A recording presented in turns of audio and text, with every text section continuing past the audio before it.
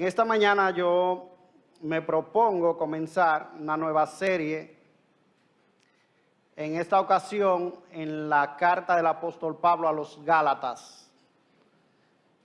La carta a los Gálatas es la carta en la que nosotros estaremos ocupados por un buen tiempo.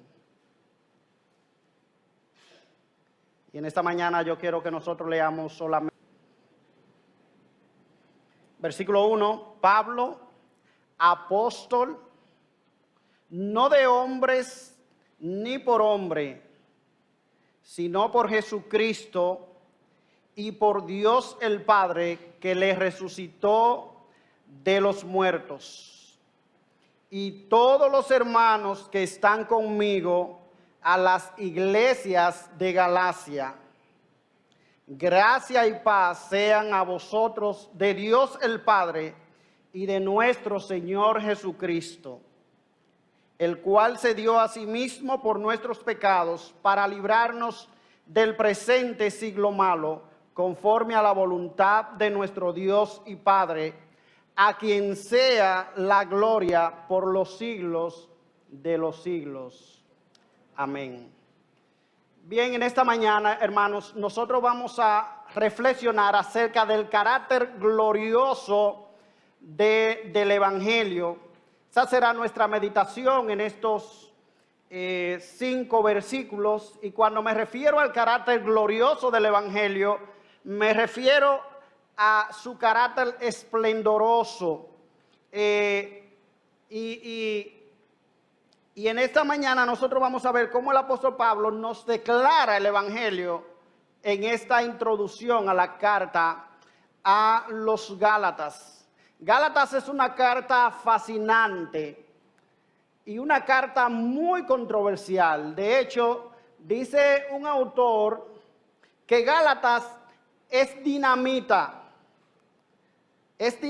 espiritual y por ello casi es imposible manejarlo sin explosiones. Y en efecto, este libro ha tenido un efecto explosivo a través de la historia de la iglesia. Fue principalmente por el estudio de este libro que Martín Lutero puso en marcha los eventos que guiaron la Reforma Protestante. Dice un autor apellido Tenney acerca de esta carta a los Gálatas que el cristianismo pudo haber sido solo una secta judía más y el pensamiento occidental pudo haber sido enteramente pagano si Gálatas nunca se hubiera escrito. Esta carta a los Gálatas, mis hermanos, declara con toda claridad el mensaje central de la gracia en el Nuevo Testamento. De manera que nosotros estamos ante uno de los libros que habla con más claridad acerca de lo que es el Evangelio en el Nuevo Testamento. Uno de los libros con más contenido teológico. De hecho, alguien ha dicho que la carta a los Gálatas es la carta de Romanos, pero resumida. La carta de Romanos, pero resumida. Y el que ha estudiado un poco de teología sabe que una de las cartas con mayor contenido teológico del Nuevo Testamento es la carta a los Romanos. Así que nosotros estamos ante una carta muy importante y con un contenido muy interesante para la iglesia. ¿Cuál fue el propósito del apóstol Pablo escribir esta carta? Cuando Pablo escribe esta carta, hermanos, lo hace para combatir herejías que se estaban introduciendo o que se habían introducido ya en la iglesia en Galacia. Creyentes que habían surgido del judaísmo le estaban diciendo a los hermanos que era necesario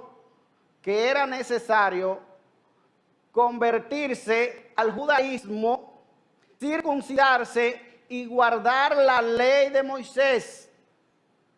Así que ellos decían, ok, todo esto del evangelio, muy bien, pero también es necesario circuncidarse y tenemos que guardar la ley.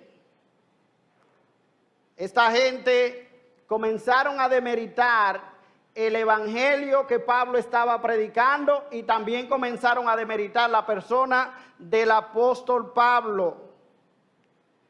Algunas personas eran un poquito más conservadoras y decían, es cierto, el evangelio es por la fe en Cristo, estamos de acuerdo, pero también hay que guardar los rituales de la ley para poder santificarnos. De manera que esto decían, hay que creer en Cristo, el sacrificio de Cristo nos salva, pero para ser salvos nosotros necesitamos observar las demandas de la ley. Así que Pablo declara en esta carta el evangelio verdadero de la gracia de Dios en Cristo, de que somos salvos únicamente por Jesús, aparte de la ley, y que somos santificados por el Espíritu de Dios, y que este evangelio fue recibido de Cristo y no de hombre. Por eso nosotros vamos a ver que el apóstol Pablo defiende su ministerio en esta carta, porque una de las estrategias que ellos usaban era decir que Pablo no era ningún apóstol y que por lo tanto su mensaje no era digno de consideración. Ahora, ¿a quién escribió Pablo esta carta? Y vamos a ver si los muchachos me ayudan con unas imágenes que le entregué. Esta carta se escribe, según dice en el versículo 2, a las iglesias de Galacia. Por lo tanto, no se escribió a una sola iglesia, sino que porque Galacia era una región, como ustedes pueden ver ahí. Ahí se establecieron, eso es lo que se llama Asia Menor, ese cuadro que ustedes ven sombreado, que se denomina Galacia. En el primer viaje misionero del apóstol Pablo, él visitó estas ciudades que ustedes ven ahí, Antioquía de Pisidia, Iconio, Listra y Derbe. Es lo que se conoce como Galacia del Sur. Hay otra teoría de que el apóstol Pablo pudo haber escrito a las iglesias de Galacias del norte. Pero ¿cuál es el inconveniente de esto? Que no aparece registro de ciudades visitadas por Pablo en Galacia del norte. Simplemente en el segundo viaje misionero del apóstol Pablo se nos dice que él atravesó la provincia de Galacia, pero no se nos dice de ningún contacto con iglesias allí. De modo que la teoría más aceptada es que el apóstol Pablo escribió a estas iglesias que sí están registradas en el primer viaje misionero del apóstol Pablo en el libro de los Hechos. Estas ciudades, cuando el apóstol Pablo va en su primer viaje misionero, le predica el evangelio y luego entonces que él sale, vienen estos creyentes o estos falsos maestros, más bien judíos, que probablemente habían escuchado algunos las enseñanzas del evangelio, pero entonces ellos no encontraban cómo conciliar eso y comenzaron a decirle a la gente, no, espérense, nosotros no podemos dejar el judaísmo así. Está bien la fe en Cristo, pero nosotros no podemos dejar la ley, decían ellos. Y se concentraban básicamente en esas 4 ciudades que tenemos ahí. El tema de la carta, ¿cuál es? El tema de la carta a los Gálatas es la justificación del pecador por la fe sola en Jesucristo sin las obras de la ley. La justificación del pecador por la fe sola en Jesucristo sin las obras de la ley. Por eso nosotros vamos a encontrar, hermano, que el evangelio de la justificación por la fe está permeando todas las escrituras. Por eso nosotros vamos a ver que el apóstol Pablo más adelante declara que el hombre es justificado por la fe sin las obras de la ley. Por eso vamos a ver cómo él usa a Moisés y también cómo usa a Abraham como un ejemplo de cómo Dios justifica al hombre por la fe. Y así nosotros estaremos viendo más adelante cómo se enfatiza este tema de la justificación por la fe. El mismo tema del evangelio permea todo el capítulo. Si usted se da cuenta, en el versículo 6, dice el apóstol al final que estaba sorprendido de que ellos se hubieran alejado tan pronto de la gracia de Cristo para seguir un evangelio diferente. Versículo 7 dice que algunos quieren pervertir el evangelio de Cristo. Versículo 8, él habla que si aún un ángel del cielo os anunciare otro evangelio diferente del que ellos el que él le había anunciado. Versículo 9, él habla que si alguno predica diferente evangelio. Versículo 11, más os hago saber, hermanos, que el evangelio anunciado por mí. Versículo 23, aunque no es la palabra evangelio, pero habla aquí acerca de ahora predica la fe. Y este predica la fe tiene que ver con el evangelio, con el contenido del evangelio. Capítulo 2, versículo 2, dice que algunos que tenían cierta reputación en el evangelio. Versículo 5, para que la verdad del evangelio permanezca en vosotros. Versículo 7, dice, me ha sido encomendado el evangelio. Versículo 14, dice, conforme a la verdad del evangelio. Capítulo 3, dice que la escritura, previendo que Dios había de justificar por la fe a los gentiles, dio de antemano la buena nueva. ¿Y qué buena nueva, hermano? El evangelio. Y capítulo 4, versículo 13, habla de que a causa de una enfermedad del cuerpo os anuncié el evangelio al principio. Así que el evangelio permea toda la carta del apóstol Pablo a los Gálatas. La justificación por la fe, la justificación por la fe es su tema central. Ahora bien, hermano, en esta mañana nosotros nos vamos a concentrar en esta introducción, en esta salutación del apóstol Pablo. Y básicamente nosotros veremos cómo Dios en esta introducción nos confronta con 4 enseñanzas del evangelio que deben transformar nuestra vida. 4 enseñanzas del evangelio que deben transformar nuestra vida. En primer lugar, nuestra primera enseñanza es que el evangelio tiene un carácter sobrenatural. El versículo 1 comienza diciendo, Pablo, apóstol, no de hombres ni por hombre, sino por Jesucristo y por Dios el Padre, que lo resucitó de los muertos. El apóstol Pablo comienza esta carta enfatizando su apostolado y descartando o negando enfáticamente que su apostolado no descansa en ningún ser humano. Fíjense cómo dice, no de hombres ni por hombre. En otra palabra, a mí nadie me puso la mano para ordenarme apóstol. Yo no soy apóstol porque la iglesia me señaló como apóstol. Yo tengo un llamado que proviene directamente de Dios, sino por Jesucristo y por Dios el Padre que lo resucitó de los muertos. Mi llamado no descansa en la autoridad de ningún ser humano. Algunos, como ya decíamos en la introducción, trataban de socavar, de mermar la autoridad del apóstol Pablo como apóstol.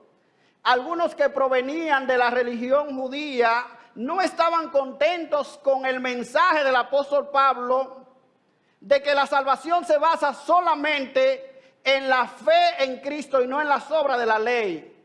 Ellos sentían que ese evangelio que Pablo predicaba era un peligro para la obediencia del creyente. ¿Y cómo es esto que solamente por la fe? Y entonces, ¿cómo nosotros nos vamos a santificar? ¿Cómo vamos a vivir? ¿Cómo van a obedecer estos creyentes a Dios si no obedecen a la ley, si no se sujetan a la ley? Así que los detractores del apóstol Pablo sabían que el fundamento del evangelio que Pablo predicaba estaba estrechamente ligado con su autoridad como apóstol, y por lo tanto ellos decidieron atacar la autoridad del apóstol Pablo. Ellos decían probablemente: Pablo no es uno de los 12. ¿Acaso se cuenta un tal Pablo entre los 12 apóstoles de Cristo? Decían ellos. ¿Quién designó a Pablo? Él no es ningún apóstol. Así que Pablo reconoció el peligro, hermanos, que representaban estas acusaciones, y por lo tanto defendió inmediatamente su autoridad como un apóstol comisionado directamente por Dios. Y su mensaje era el siguiente: ni mi apostolado, si mi apostolado genuino también es el evangelio que yo proclamo. Si yo soy una persona comisionada directamente por Dios, entonces yo tengo un mensaje verdadero que dar de parte de Dios. Por lo tanto, este evangelio que proclamo es un evangelio genuino, sin importar lo que digan los judaizantes que estaban perturbando a los hermanos en Galacia. Su argumento es que él era un emisario designado divinamente, directamente por Dios. Por eso dice: Pablo, apóstol, no de hombres ni por hombre, sino de Cristo, sino por Jesucristo y por Dios el Padre, que le resucitó de los muertos.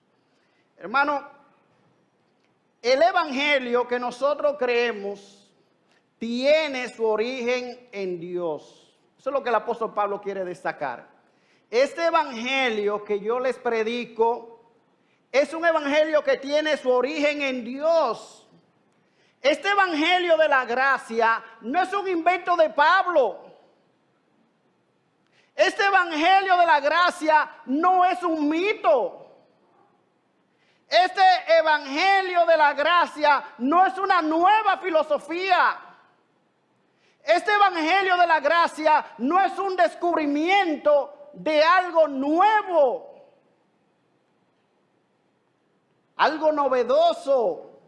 No, hermano, este evangelio de la gracia, dice el apóstol Pablo, es la revelación del maravilloso plan de salvación de pecadores perdidos. Es el evangelio que yo proclamo. Y ese evangelio, hermanos y hermanas, tiene un carácter sobrenatural.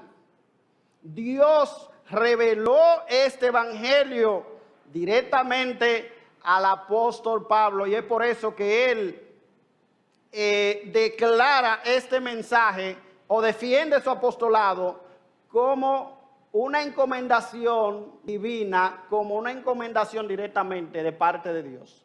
Y nosotros sabemos por el libro de los Hechos, efectivamente, hermanos, que esto fue así. Pablo era un enemigo del evangelio. Él iba persiguiendo a los creyentes, y en el camino de Damasco Dios sale al encuentro de Pablo. Pablo queda ciego y Dios le llama: Saulo, Saulo, ¿por qué me persigue? Dura cosa te es dar coce contra el aguijón. ¿Quién eres, Señor? Dice Pablo. Yo soy Jesús a quien tú persigues. Y ahí el Señor le encomienda y le dice, instrumento escogido me es este. Y yo te mostraré cuánto ha de padecer por mi nombre. De manera que el Evangelio, hermano, es una revelación del plan de salvación de Dios a pecadores perdidos. Esta es una verdad que Dios la venía revelando desde el Antiguo Testamento, pero que brilla con todo su esplendor en el Nuevo Testamento, y el apóstol Pablo es un instrumento designado para esta tarea. Ahora, el Evangelio no solo tiene un carácter sobrenatural, mis hermanos, sino que también ese carácter del Evangelio demanda que todo creyente se una en su defensa. Versículo 2. Y todos los hermanos que están conmigo a las iglesias de Galacia. El apóstol Pablo no dice quiénes eran esos hermanos. Ha habido mucha discusión acerca de quiénes eran. Algunos dicen que probablemente este era el equipo misionero que le acompañaba en los viajes. Otros dicen que probablemente eran los hermanos de Corinto, puesto que esta carta se escribió probablemente desde Corinto. Así que probablemente el apóstol Pablo se está refiriendo a los hermanos de Corinto. O puede ser que juntamente sea el equipo misionero de Pablo más los hermanos que acompañaban al apóstol Pablo desde el lugar donde él estaba cuando escribió esta carta. Lo cierto es que no sabemos, pero hay un comentario muy interesante del comentarista William Hendrickson que creo que transmite lo que el apóstol Pablo quiere expresar con esta reseña de los hermanos que le acompañan. Dice Hendrickson, aunque es cierto que Pablo solo y no Pablo con estos hermanos es el escritor de esta carta, con todo, antes de escribirla y enviarla, él consideró con todos los hermanos el asunto que trataría en ella. El consenso fue tan unánime en cuanto al método que Pablo proponía al usar de tratar con el consenso fue tan unánime en cuanto al método que Pablo proponía usar al tratar tan delicado problema que el apóstol escribe en nombre de todos. Así que lo que Pablo quiere significar con esta expresión de todos los hermanos que están conmigo, es que el error que él va a tratar en esta carta no es una opinión personal de él, sino que es una inquietud que comparten todos los creyentes que están con él. Miren, hermano, yo tengo una preocupación genuina por ustedes. Y esto no es algo que me preocupa solamente a mí. Todos los hermanos que están conmigo están de acuerdo en que lo que está pasando en Galacia es algo muy peligroso para la fe cristiana. Así que cuando Pablo le comenta a estos hermanos la noticia que él había recibido de cómo los hermanos en Galacia se estaban apartando del evangelio de la justificación por la fe, ellos le dijeron: adelante, Pablo, hay que escribir a estos hermanos, hay que contrarrestar este error porque el evangelio está en peligro. Y qué importante, hermano, es que los líderes cristianos puedan sentir la misma identificación de la iglesia en la defensa de las verdades esenciales del evangelio. El apóstol Pablo no se encontró con creyentes cuando estaba escribiendo esta carta que dijeron: eso es la opinión de Pablo. Eso es la opinión de Pablo. Imagínense en esta época, a lo mejor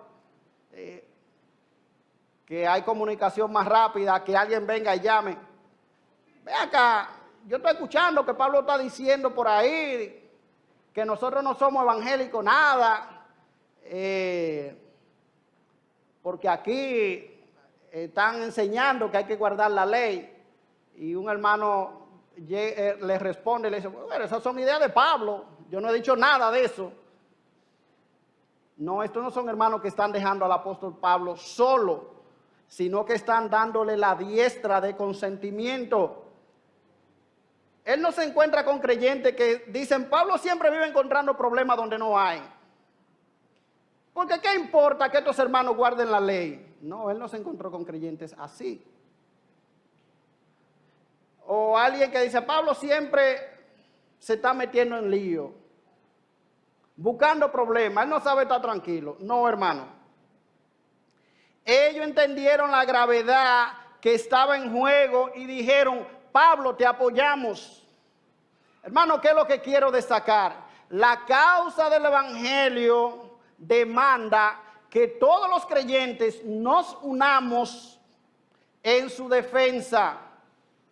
Cuando el evangelio verdadero, genuino, está en riesgo, entonces todos los creyentes deberíamos unirnos en defensa de las verdades del evangelio.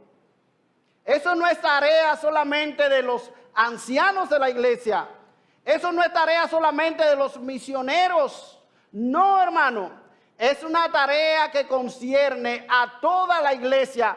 Tú y yo debemos velar para que el evangelio por la sola gracia sea proclamado con toda claridad. Y cuando alguien esté enseñando algo contrario, donde esté un creyente de esta iglesia, debería salir en la defensa del evangelio y decir, eso no es de Dios. Eso no es de Dios. Si tú amas el evangelio, si tú te preocupas por el evangelio, si tú has sido afectado por el evangelio, entonces tu reacción debería ser instantánea cuando ve que el evangelio de la gracia está siendo adulterado y debería, por lo tanto, salir en su defensa. El evangelio, hermano, también nosotros vemos aquí que su carácter glorioso consiste en la salvación por la pura gracia. Salvación por pura gracia. Versículo 3. Gracia y paz sean a vosotros de Dios el Padre y de nuestro Señor Jesucristo, el cual se dio a sí mismo por nuestros pecados para librarnos del presente siglo malo, conforme a la voluntad de nuestro Dios y Padre. En estos versículos, hermanos, se nos resume en poca palabra el contenido del evangelio. En primer lugar, nosotros vemos que el evangelio consiste en la salvación de personas incapaces y perdidas. Versículo 3 dice, el cual se dio a sí mismo por nuestros pecados para librarnos del presente siglo malo. Algunos estaban enseñando que la salvación es por las obras de la ley. Y Pablo nos recuerda aquí que tal cosa es imposible debido a nuestra innata incapacidad moral. Los seres humanos somos pecadores que vivimos esclavizados en un sistema que el apóstol Pablo denomina aquí el presente siglo malo. Por lo tanto, tiene que intervenir la gracia de Dios para librarnos de ese sistema dominado por Satanás, en el que impera Satanás. Por eso dice aquí que Él se dio a sí mismo para librarnos. Y si había que librarnos, ¿qué significa, hermano? Que nosotros éramos esclavos.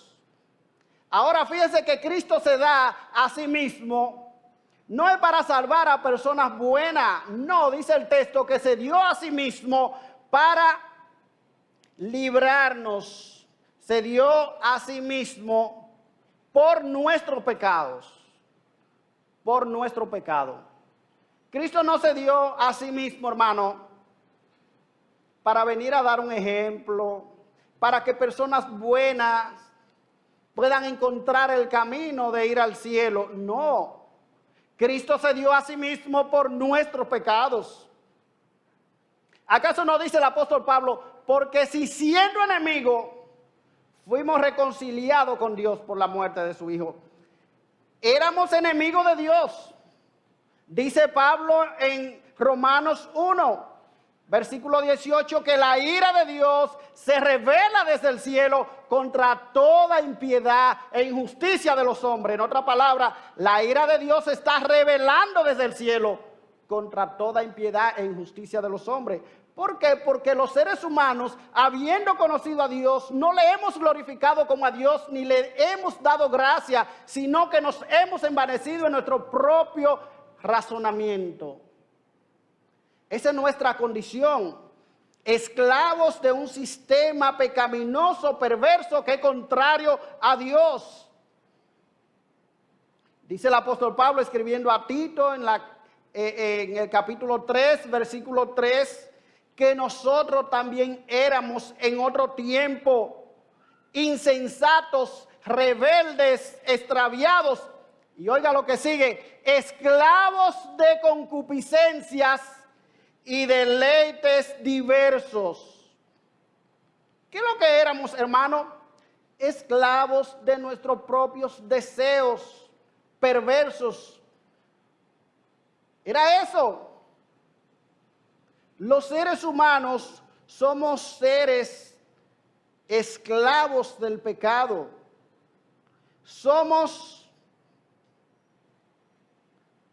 Estamos atados a este sistema y no hay manera en que nos podamos librar por nosotros mismos.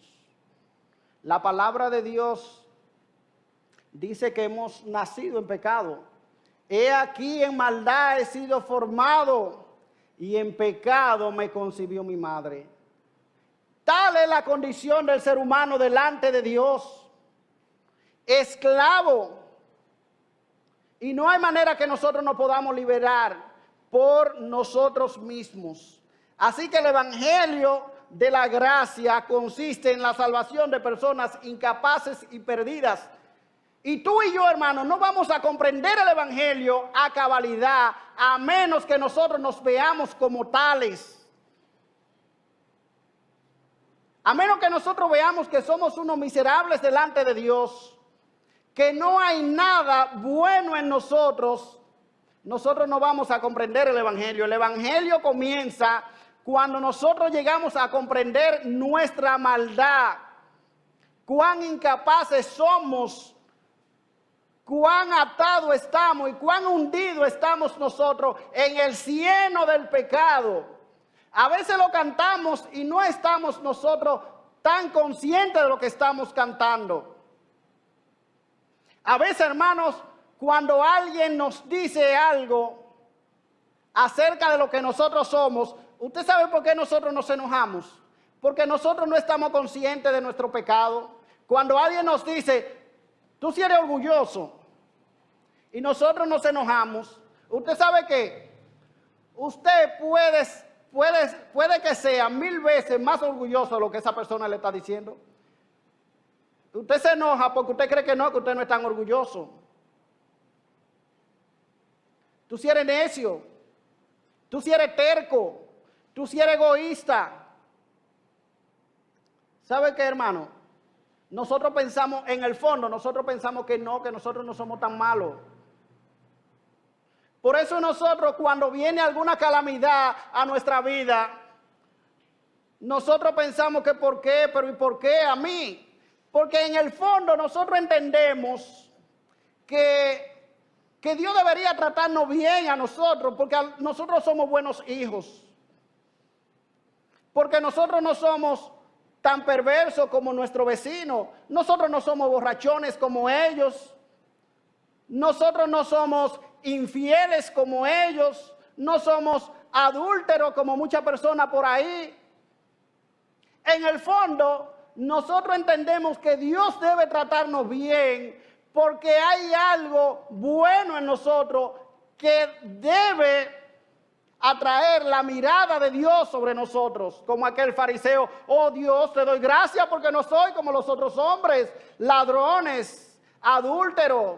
No, yo no soy así. En el fondo, hermano, en cada uno de nosotros hay un fariseo en potencia, pero nosotros no lo creemos así. Y nosotros nunca llegaremos a comprender el Evangelio a menos que nos veamos como pecadores perdidos y esclavos del pecado. Ahora, ¿qué hizo Jesús, hermano? ¿Qué hizo Jesús? El texto nos dice aquí en el versículo 4 que Él se dio a sí mismo por nuestro pecado. Debido a nuestra incapacidad para liberarnos por nosotros mismos, se requería que alguien de fuera viniera a rescatar a ese pecador perdido. Alguien que fuera justo y santo tenía que venirse a ocupar de nuestra causa perdida. Nuestra insolvencia moral nos descalificaba para tratar con la justicia de Dios. Cada vez que nosotros consultábamos nuestro balance en el banco divino, ¿sabe cómo salía el estado? En rojo. Éramos insolventes, no teníamos con qué pagar ante la justicia, ante Dios, ante ese banco. Teníamos una gran deuda acumulada con Dios y no había manera en que nosotros pudiésemos saldar esa deuda. O para cambiar la imagen, hermano, cada vez que nosotros nos parábamos ante el tribunal del juez supremo del universo, su veredicto siempre era de culpable, culpable. No había manera en que pudiésemos librarnos de la consecuencia de nuestro pecado. No podíamos hacer nada para cambiar nuestra situación. No había nadie en el mundo que pudiera socorrernos. Y es ahí, hermano, donde se muestra la gloria del Evangelio. Cristo vino del cielo a ocuparse de mis pecados, de tus pecados. Y en la cruz del Calvario Él trató de manera definitiva con mi culpa, con mi maldad. Y de una vez por siempre en la cruz, Cristo ha deshecho el pecado y nos ha librado de este presente siglo malo. En eso consiste el evangelio de la gracia de Dios. El justo murió por los injustos y compró nuestra salvación. Eso lo dice el apóstol Pablo en la segunda carta a los Corintios. Dice que al que no conoció pecado, por nosotros lo hizo pecado, para que nosotros fuésemos hechos justicia de Dios en él. Y en Romanos capítulo 3, versículo 25, dice: a quien Dios puso como propiciación. Cristo exhibió a Cristo en la cruz como un sacrificio propiciatorio para manifestar su justicia a causa de haber pasado por alto en su paciencia los pecados pasados. Cristo en la cruz soportó el castigo que tú y yo merecíamos. Cristo en la cruz trató de manera definitiva con nuestros pecados. Y aquí simplemente se nos dice que Él se dio a sí mismo por nuestros pecados. Pecadores perdidos, un Dios que desciende a tratar con nuestra culpa. ¿Y qué hizo Dios el Padre? El texto nos dice aquí que Él aceptó esa obra de Cristo a nuestro favor. En el versículo 1 se nos dice que una evidencia de que Cristo aceptó eso fue que Él resucitó a Cristo. Mira otra vez el versículo 1. Dice: sino por Jesucristo y por Dios el Padre, que lo resucitó de entre los muertos. La resurrección, tal como el apóstol Pablo declara en 1 Corintios capítulo 15, es la garantía de nuestra salvación. Si Cristo no resucitó, vana es entonces nuestra fe, vana es entonces nuestra esperanza, dice el apóstol Pablo. Pero ahora Cristo ha resucitado de los muertos, primicia de los que durmieron es hecho. Nuestra salvación está garantizada, hermano, porque Dios el Padre resucitó a Cristo y su resurrección es una evidencia de que su sacrificio fue acepto a su presencia. También, hermano, la expresión conforme a la voluntad de Dios que aparece al final del versículo 4 dice, conforme a la voluntad de nuestro Dios y Padre, hace referencia a que la liberación que Cristo llevó a cabo con su obra en la cruz no es una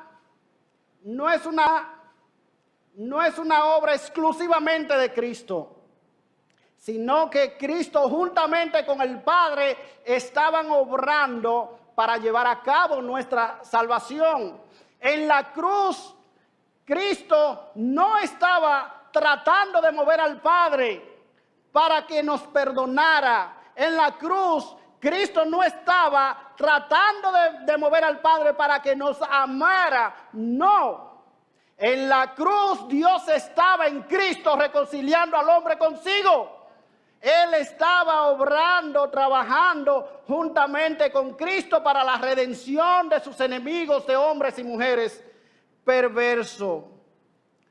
Así que esta expresión, hermano, significa que la salvación también no radica en méritos humanos, sino en la sola decisión de Dios. Fíjense que el texto dice, el cual se dio a sí mismo por nuestro pecado para librarnos del presente siglo malo. ¿Por qué? ¿Porque somos buenos? No. Conforme a la voluntad de Dios. Es porque Dios estaba lleno de misericordia. Es porque la voluntad de Dios estaba llena de amor. Es porque la voluntad de Dios estaba llena de gracia hacia nosotros. Así que no se trata de méritos humanos, sino en la sola decisión divina. ¿Y cuál es el resultado, hermano, de esa obra de Cristo? Bueno, el texto nos dice en el versículo 3, gracia y paz sean dadas, sean a vosotros de Dios el Padre y de nuestro Señor Jesucristo. Hemos escuchado muchas veces, este es un saludo característico de Pablo. La gracia, hermano, es la posición actual del creyente delante de Dios. Somos salvados sin merecerlo.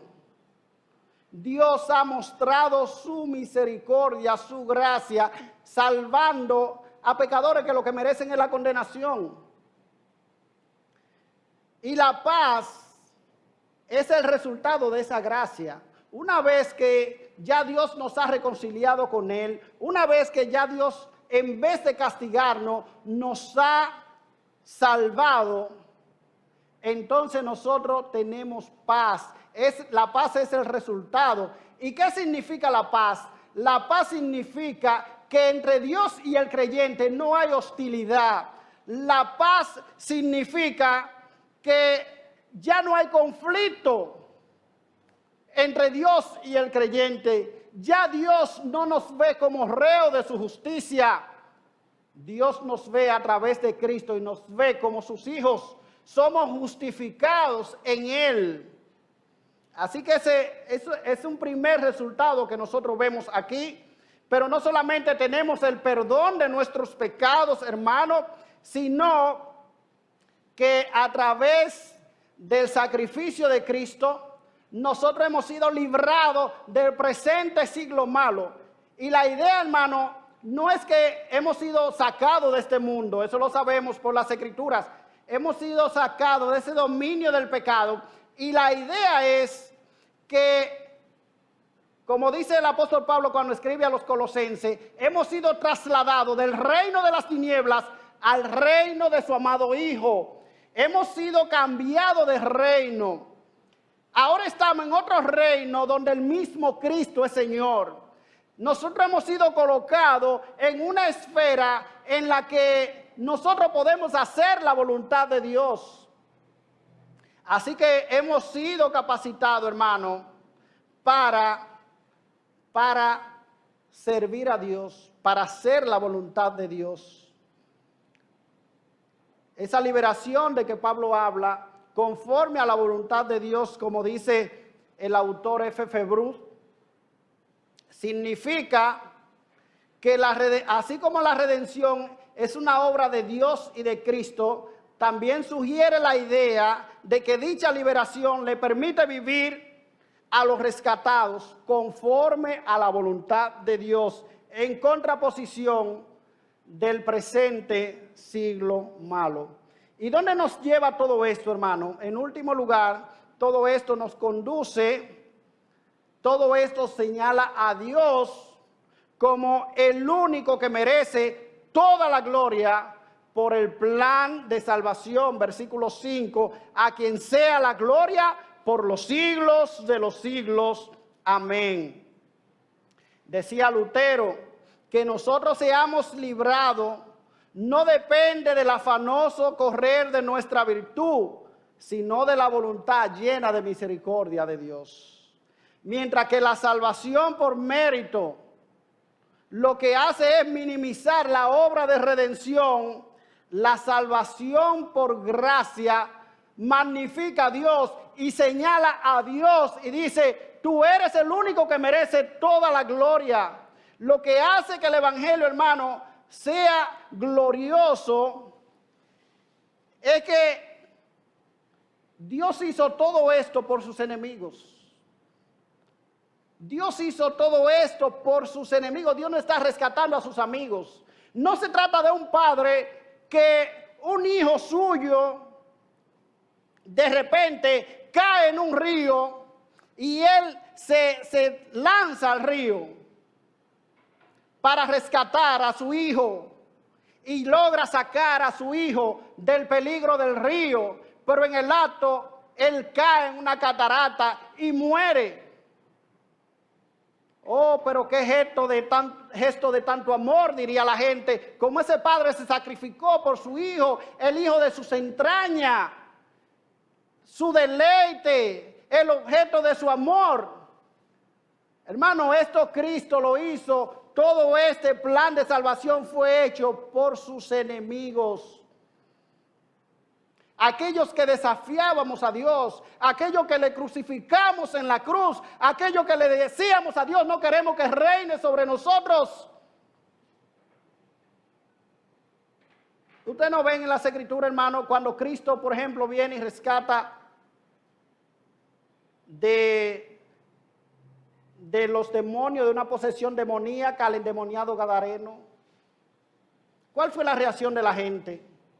La gente viene y le dice, no queremos, no te queremos, vete de tu contorno, y le rogaron que se fuera de su contorno. La reacción de la gente ante la misericordia de Dios es, no te queremos, Señor. Nosotros queremos tus dones, pero no te queremos a ti. Y Cristo, a pesar de nuestra obstinación, de nuestro pecado, sin necesidad de salvarnos, Él ha tenido misericordia de nosotros.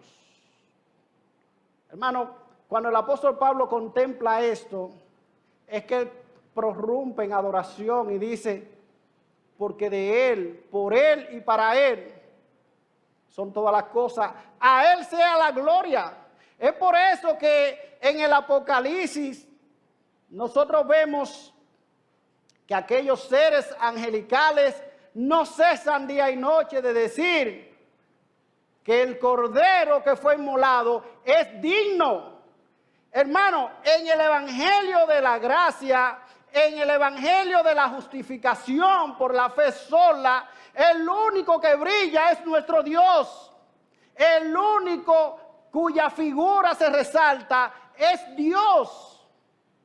Y es el que debe llevarse toda la gloria, es el que debe recibir todo el honor, es el hermano desde ahora y por siempre, como dice aquí, que debe recibir la gloria. Por eso en la eternidad cantaremos a Él, porque por lo que Él hizo, el Cordero que fue inmolado, aún en el cielo, estaremos recordando siempre por toda la eternidad, mientras transcurran siglos y siglos y siglos. Y aunque hayan pasado 20,000 siglos, millones y millones de años, siempre estaremos recordando que estamos allí por la pura gracia de Dios. No por mérito nuestro. Él es el único que se lleva la gloria. Fue su plan de principio a fin. Él lo ideó, Él lo llevó a cabo, Él lo consumó y por siempre la gloria pertenece a Él. Hermano, demos a Él la gloria. Que este mensaje del Evangelio envuelva nuestra vida. Que este mensaje del Evangelio nos apasione. Que este mensaje del Evangelio nos lleve día a día a vivir para Cristo, a defender, a dar nuestra vida por el Evangelio, porque este es el único mensaje que salva, que transforma, es la única esperanza de este mundo. El Evangelio de la gracia de Cristo. Y si aquí hay algún amigo en esta mañana que no conoce de Cristo, el Evangelio es tu única esperanza. Amigo, no hay esperanza fuera de Cristo. No hay salvación fuera de Cristo. Está esclavo del pecado. Está rumbo a la condenación. Y el único mensaje que puede salvarte, la única persona que puede liberarte, darte paz, darte salvación, se llama Cristo Jesús. Ven a Él ahora, ven a Cristo, amigo, arrepentido de tus pecados y confiésale como tu Salvador.